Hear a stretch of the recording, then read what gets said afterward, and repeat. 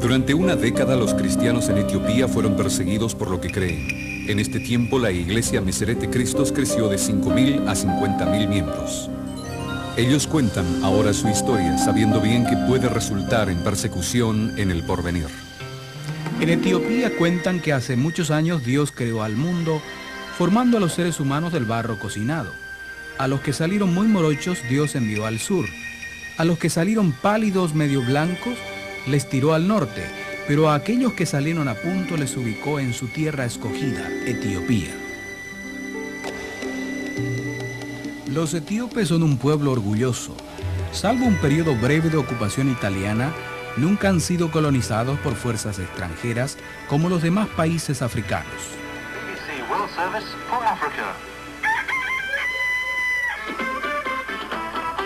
Durante la década de 1982 a 1992, el mundo fue testigo de un nuevo capítulo en la historia de la iglesia en Etiopía. Actualmente, el mundo fuera de ese país no es testigo de esa historia. La iglesia Meserete Cristos y otros grupos evangélicos fue declarado ilegal por el régimen marxista. Llegaron a ser un pueblo escondido a la vista de los demás.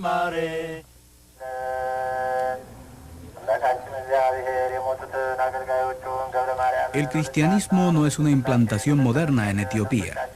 La iglesia ortodoxa nació hace más de 1600 años.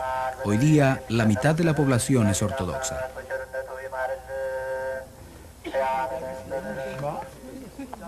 Durante el reinado de Haile Selassie en el siglo XX en Etiopía se desarrollaron problemas económicos severos. Sufriendo por los gastos de una guerra civil y por un sistema feudal de la tenencia de la tierra, Etiopía llegó a ser uno de los países más pobres del mundo. Personas como Bati recibieron con alegría a los misioneros norteamericanos, quienes llegaron con ideas nuevas, fundadas en un entendimiento integral del cristianismo. Bati fue uno de los primeros que se unió a la nueva iglesia a principios de los 50, y recuerda de aquellos días cuando los misioneros apenas llegaban. Pasamos lindos tiempos juntos, nos sentábamos a la sombra de los árboles grandes del hospital, yo les enseñé el idioma amharic y ellos me enseñaron el inglés. Los primeros misioneros habilitaron hospitales e iniciaron escuelas. Algo enseñaba en una escuela de Nazaret. La mayoría de las veces, la gente llegaba para estudiar, conseguir trabajo y para aprender el inglés de los expatriados americanos, quienes trabajaban en los hospitales y las escuelas.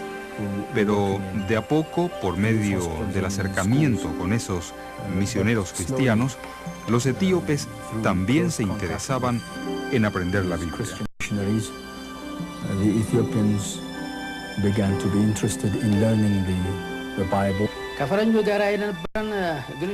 Realmente nos queríamos mucho, nos sentimos como hermanos y hermanas en el Señor y no había discriminación. Nos sentimos muy unidos.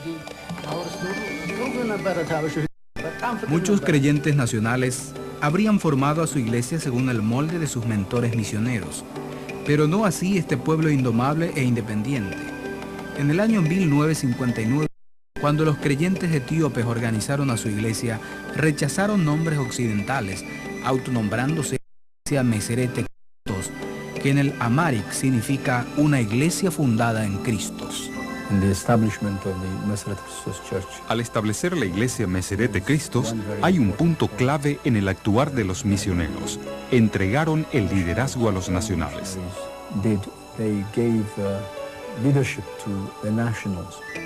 En los años 60, un grupo de cristianos jóvenes en Nazaret, por la influencia de los pentecostales o los pentes, como les llamaban, formó un grupo de oración. Se autodenominaron Rayos Celestiales del Sol. La gente de la misión alquilaba una casa donde podíamos encontrarnos. Allí tuvimos tiempos de oración y de saneamiento. Ayunábamos y orábamos mucho, a veces pasábamos toda la noche orando aquí y les puedo decir que muchas lágrimas han sido derramadas en esta casa. Salomón, uno de los miembros originales, recuerda de las ambiciones grandiosas de esos primeros días en la capilla Rayos Celestiales del Sol. En aquel tiempo pensábamos evangelizar a la nación entera, esa es nuestra visión. Y con eso se inició el movimiento renovador que comenzó a afectar a la iglesia Meseret Christos.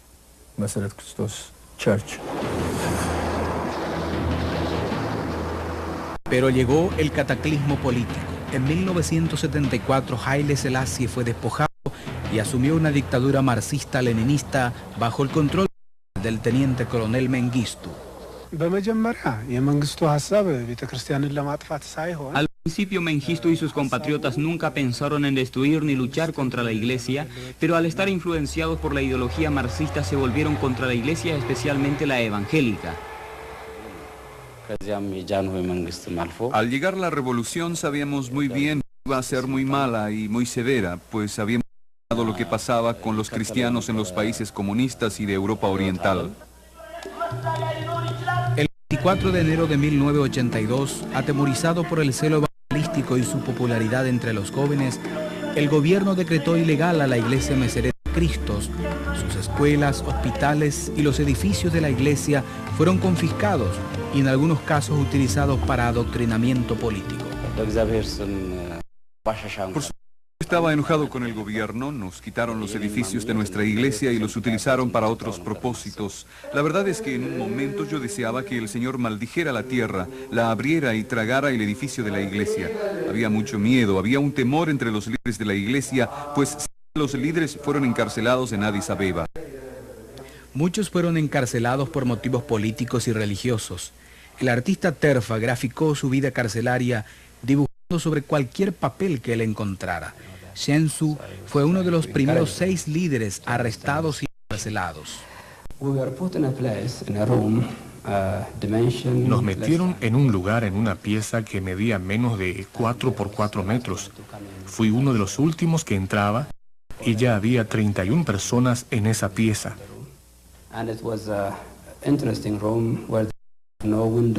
Y fue una pieza interesante donde no había una ventana, solamente había una puerta. Encima de la puerta tienen una pequeña abertura con rejas para respirar, sin ventilación.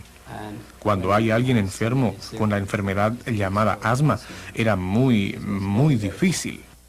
Alzamos al enfermo a esa abertura donde podía meter su nariz para respirar aire. De otra manera, para él no había aire suficiente. Con los líderes encarcelados más la prohibición de reunirse y sin lugar para congregarse, el futuro de la iglesia etíope no lucía esperanza. En el principio había temor e incertidumbre, pero después los creyentes comenzaron a sentir que no podían seguir así. Así que el Señor me tocó el corazón en consulta con los ancianos de Nazaret, que yo debería asumir responsabilidad para reunir los líderes de otras iglesias para planear. Después de un año de trabajo difícil, nos reunimos clandestinamente en la casa de un hermano en Addis para reorganizar la iglesia. El grupo dialogó acerca del reparto de los miembros en pequeños grupos para adorar y para nutrirse. Los evangelistas comenzaron a distribuir los creyentes en grupos pequeños para encontrarse en diferentes casas, manteniendo un grupo entre 5 y 7 personas. Los líderes asignaron a los creyentes a grupos celulares basados en áreas geográficas. En la capital, Addis Abeba, la tarea se hizo más fácil cuando un mapa de la ciudad recién terminado cayó en las manos de un miembro. Apenas tuve acceso a ese mapa, lo llevé a mi iglesia en Addis Abeba y comenté al grupo responsable que deberíamos estar preparados. Luego se inició la difícil tarea de convencer a los miembros que acepten el plan de los grupos celulares. La tradición en la iglesia era salir a un lugar donde hay un servicio o una iglesia para adorar, cantar y luego volver. La casa era para la familia, no era para incluir a otros en la adoración, el cantar y otros servicios cristianos.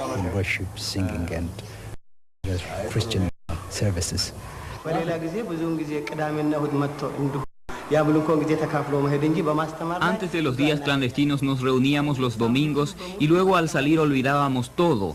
Cuando la iglesia era clandestina comenzábamos a alcanzar a cada uno en los grupos celulares enseñando y nutriéndoles. La idea tuvo recepción, los miembros superaron sus temores iniciales y el movimiento de grupos celulares arrancó. Los grupos celulares ayudaron a sus miembros a cambiar su idea de una iglesia como un edificio a la de un pueblo. Almas dejó su patria de Eritrea y llegó a Addis Abeba en búsqueda de la iglesia Meserete Cristos, pero al poco tiempo de su llegada escuchó las malas noticias.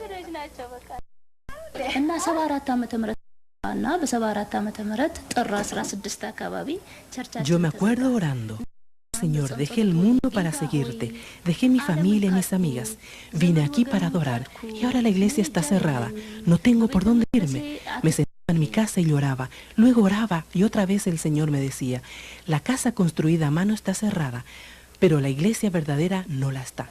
El templo santo es el cuerpo de Cristo, es el grupo de creyentes. El movimiento de los grupos creció y también los riesgos a ser descubiertos. Para evitar el peligro de informantes gubernamentales, solamente permitieron a los miembros participar de ello. Los miembros tenían miedo de tener recién o extraños en sus reuniones. Fue necesario cuidarnos bien en el uso del teléfono para organizar reuniones. Por ejemplo, al planear la Santa Comunión, los miembros utilizaban un lenguaje codificado diciendo: deberíamos llevar vasos y pan a esa casa.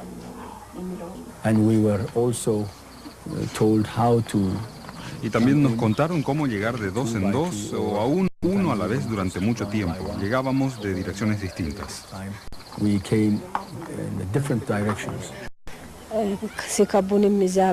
A veces los grupos celulares tenían listos y bocaditos, así que si los soldados llegaban a descubrirnos, contestaríamos que era una comida fraternal o una fiesta con amigos. Irónicamente, la persecución no alcanzó a todos los grupos religiosos. Los ortodoxos y musulmanes gozaron de cierta libertad durante el periodo de la opresión. Simna, de la aldea de Wonji, cuenta la historia de un grupo que fue descubierto por las autoridades.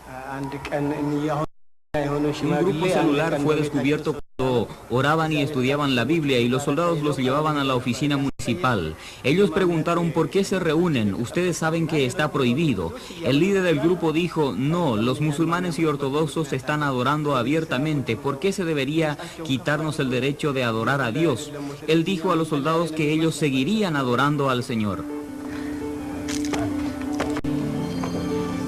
Al surgir una nueva estructura de la iglesia, los líderes se dieron cuenta que ellos necesitaban nuevos materiales didácticos. Muchos de los materiales didácticos fueron desarrollados y escritos después de que la iglesia era clandestina. Se estableció una imprenta primitiva en este edificio en el predio de la misión.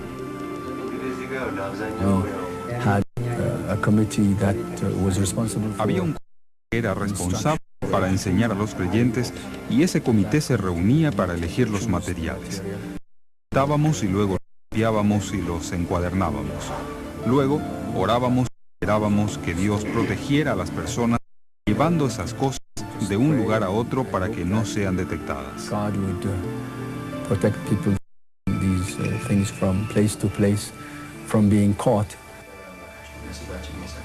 La oración era una parte constante y poderosa en cada grupo celular. Nos vino encima un cambio radical después de ayunar y orar juntos. Un día cuando orábamos, el Espíritu Santo vino sobre cada uno de nosotros, como en el libro de los Hechos. Algunos de los servicios de oración duraban toda la noche. Los miembros dormían apenas 2 horas antes de ir a trabajar a la mañana siguiente. Por supuesto, uno de los motivos principales de oración eran los líderes de la iglesia como Shensu, quienes estaban presos. Adentro fuimos mantenidos en el espíritu de los miembros de la iglesia que estaban afuera. Realmente fue posible sentir las oraciones de nuestras propias congregaciones y las oraciones de otros. Todos nos sentimos realmente con vida en esa cárcel. El cantar ayudaba a los creyentes a enfrentar el dolor y las inseguridades del encarcelamiento y la opresión.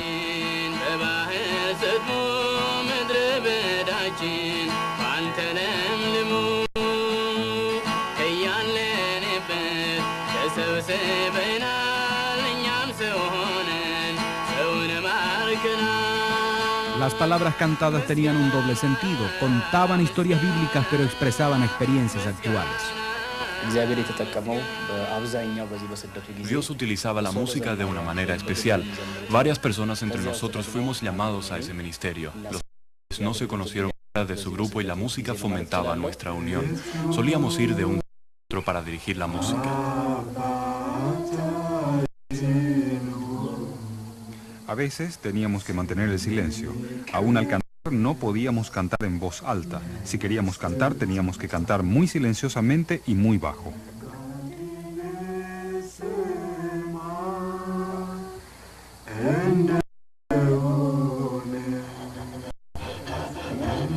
A la razón del gobierno, la iglesia se volvía clandestina, pero no se hizo invisible.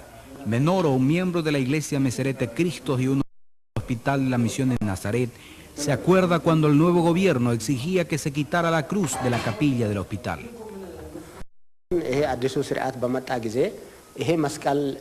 Al asumir el régimen marxista, los oficiales me dijeron que querían que la cruz sea destruida, pero dado que la cruz formaba parte de la pared, fue bastante difícil para ellos destruirla por completo, pero querían pintarla encima y me pidieron a mí, como personal de mantenimiento, realizarlo.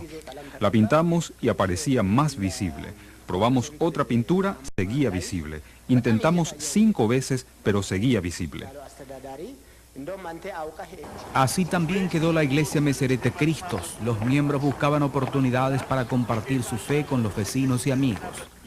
La iglesia clandestina descubrió un nuevo sentido para los funerales. Eran momentos para evangelizar abiertamente. Los líderes de la iglesia habían aprendido durante una visita anterior a la Unión Soviética. Lo que aprendíamos de la iglesia registrada era que el único momento y lugar en que se puede dar testimonio a otros es en el lugar de trabajo o en los casamientos o por lo menos en un entierro. Eso realmente nos ayudó y comenzábamos a aprovecharlo.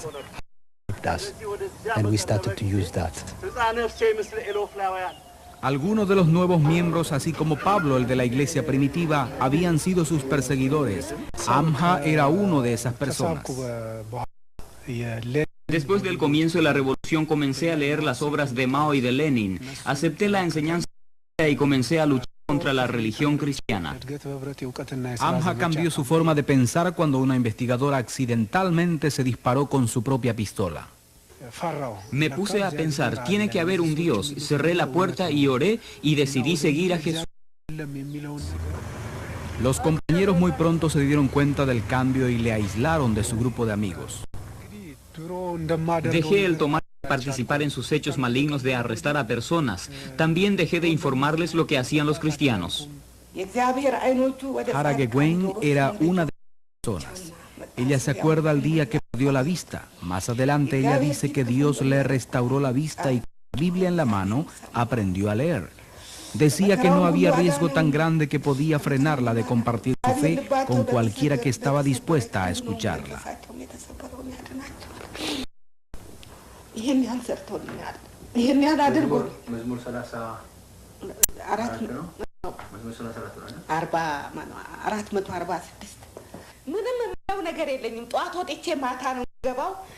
Yo salgo a la mañana y vuelvo a la noche. No hay de irme, predico a todo el mundo. A mí no me importa la tribu, ni que sea sacerdote o prostituta, en el ómnibus o en la calle, con quien me encuentre. En instancia hasta los soldados le ayudaron con su trabajo. Un día yo me iba repartiendo folletos en la Plaza Mesquel cuando un señor rechazaba el folleto que le ofrecía. Él estaba por pegarme cuando un soldado le apuntó y dijo al hombre, tómelo. Yo dije, por favor, no le hagas nada. Al final el hombre tenía miedo y tomó el folleto. La estructura celular también proveía un sistema para extender la iglesia de su ubicación en las zonas urbanas a otras áreas de Etiopía, especialmente a las zonas rurales. A razón de su empleo, nuestros miembros salen a diferentes áreas del país y ellos testifican a otros y se juntan en grupos y este grupo crece de a poco y luego otro grupo. El rápido crecimiento de la iglesia exigía cambios en los patrones de liderazgo. Anteriormente solo teníamos al pastor o los ancianos quienes estaban predicando o los evangelistas, pero ahora hay grupos celulares en muchas casas y hace falta muchas personas para servirles. Muchas de esas personas eran mujeres. En realidad, 2/3 de los obreros laicos eran mujeres. Antes de la toma de poder por los marxistas, contribuíamos a la iglesia realizando artesanía y cosiendo distintas clases de ropa para los pobres. Cuando las autoridades quitaron las máquinas de coser la tela y las tijeras, no había mucho con qué trabajar. Por eso nosotras nos involucramos en los ministerios de enseñanza y otros ministerios también. Los líderes marxistas de Etiopía han renunciado. Ellos abandonaron el país cuando las fuerzas rebeldes se acercaron apenas 8 kilómetros de la capital, Addis Abeba. El gobierno marxista cayó a principios de 1991. Después de una década de ser clandestina, la iglesia Meserete Cristos es nuevamente visible. Los miembros de la iglesia se encuentran en los salones de reuniones distribuidos por todo el país. Por primera vez, en más de 500 domingos están reunidos para adorar a Dios públicamente. Sus caras reflejan una alegría inmensa. Se saludan como amigos que fueron separados por mucho tiempo.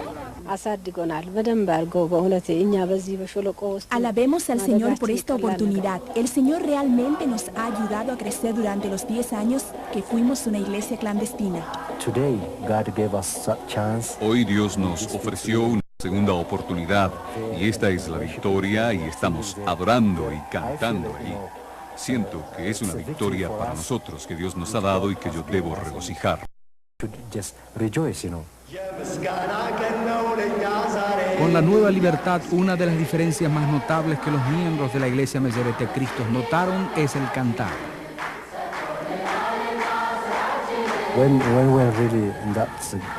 Estando en ese grupo, siendo solamente 7 o 5 o algo así, no podemos cantar fuertemente, pero ahora somos 500 a 600, hasta 1000 personas unidas.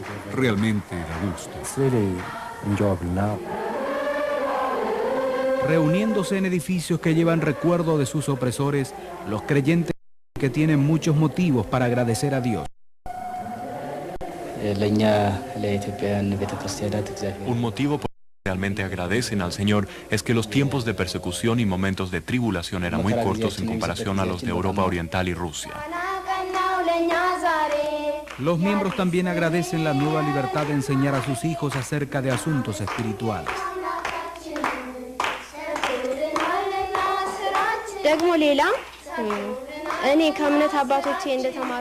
El Señor ama a estos niños. Mañana serán los líderes y yo quiero llevarles en los caminos correctos para que sean líderes capaces.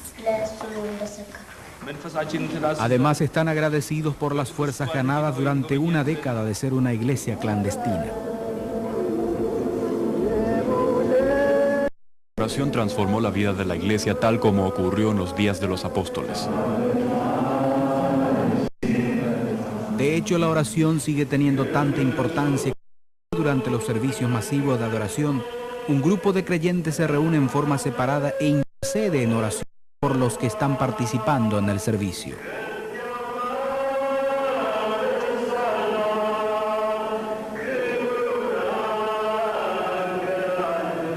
La iglesia ha experimentado otro cambio, un aumento dramático de miembros. En el año 1982, la iglesia Meserete Cristos reunía a 5.000 miembros. Antes de ser iglesia clandestina éramos 14 congregaciones. Ahora en este momento de libertad tenemos 53 congregaciones. Con una membresía total de 50.000 y creciendo tan rápidamente que los edificios actuales no pueden en lo mínimo contener a todos los que llegan. El éxito marcado de la iglesia también ha creado enormes desafíos. ¿Cómo vamos a nutrir a los centenares y millares que van llegando? Eso sí es nuestro gran desafío, según yo lo entiendo.